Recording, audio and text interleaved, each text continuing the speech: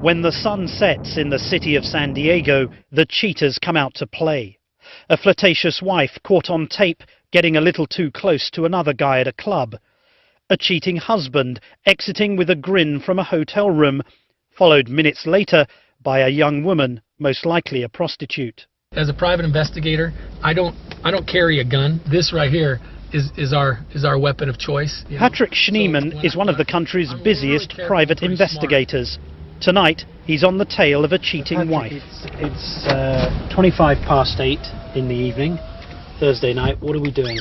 Tonight, we kind of have some inside information that there's a good chance that our subject will be going to a restaurant and perhaps a club later on with the boyfriend. 90% of Schneeman's business involves cheating spouses using the latest technology, like a motion-controlled camera to catch a co-worker walking out of a cheating husband's hotel room at 2:42 in the morning, or tiny camcorders to catch an adulterous husband lips locked with his lover about to be confronted by his wife. What are you looking to get for your clients? A photograph or video which depicts their spouse, the cheater, in some outward display of affection. But that's our goal with respect to the investigation. The greater goal is to help our clients possibly save their marriage. Save their marriage? Yeah. You know, I thought you're there to break the marriage. Sometimes, Martin, the first step in saving the marriage is to get that irrefutable, undeniable evidence that the spouse can't wiggle out of or explain away. It forces them to come to grips with what they've done. Estimates suggest the majority of Americans are now committing adultery. Anywhere between 40 and 65% of men and 20 to 50% of women have been unfaithful. 20, 30 years ago, someone had to really seek out infidelity. Now, if they're online, it seeks them out. The internet has become a playground for the unfaithful, with the most brazen flocking to ashleymadison.com. Most of us can recover from a one-night stand with the wrong woman. A website that caters specifically for adultery. But not when it's every night for the rest of our lives.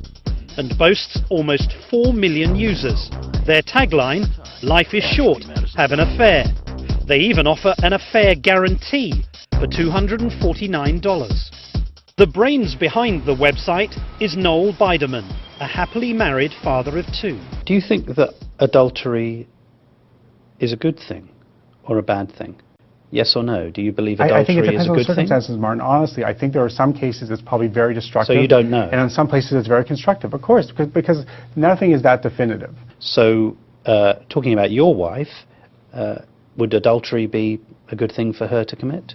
No, I think I'm a great partner. Do you see the hypocrisy? No, I don't. You don't? So you say, for other people who are using your website and spending their $240 on a fair guarantee, it may be very good for them and not harmful, but for your wife, it would be very harmful for her. Well, because I'm very knowledgeable in my own relationship, and so what I would say is that I think I'm very attentive to my wife's needs. You give them the affair, and then you take their Correct. $240, and everything's good. And I've helped them as much as I can help them. Well, you've helped destroy their family. No, I don't think. I think, if anything, I've helped them preserve their family. This woman, whom we'll call Danielle, learned that her husband was having an affair. So she decided to use the website to meet a married man herself. And you never thought for a moment that here's this guy who's got a family and a wife of his own and he's cheating on them? No. Even though you'd been so hurt by what had happened to you? Right. Yeah, I know it's bad. What do you mean it's bad? That I didn't. You just didn't care? It's not that I didn't care. I just turned it off. Flipped the switch.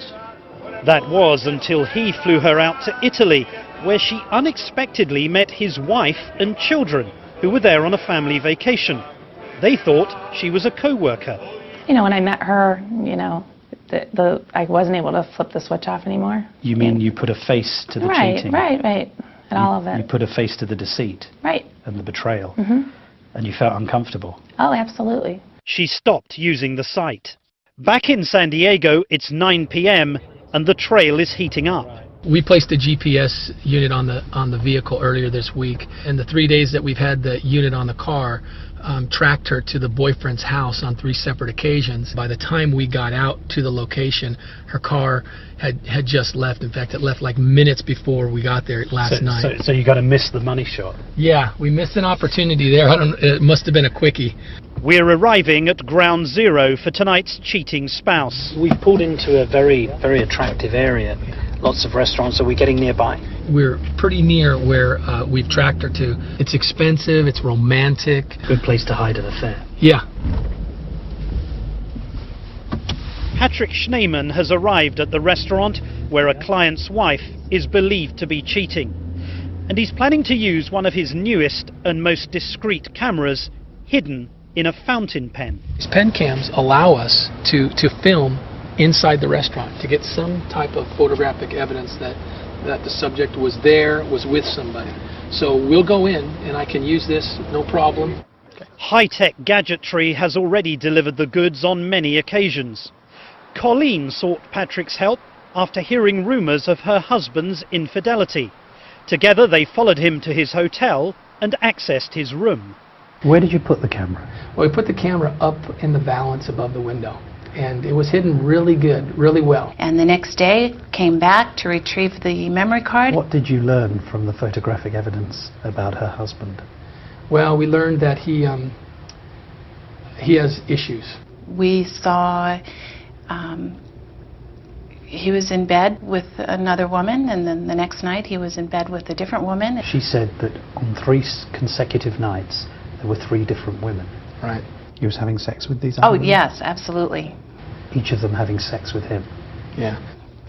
He was having sex and everything. We actually also saw the exchange of money, by the way. That money was actually exchanged with one of the women that came in. We actually got that on film. So he's obviously participating in a crime as well as cheating on his wife. I think some were prostitutes, some were employees that he had hired part-time. When that happened, you must have thought the marriage is over. It was over. Did you ever confront him again with pictures? No, I just told him about it. And what did he say? At that point, you know, he knew. He couldn't deny it. Case closed. Meanwhile, back at the restaurant, Patrick and a colleague have secured a table directly across from their subject.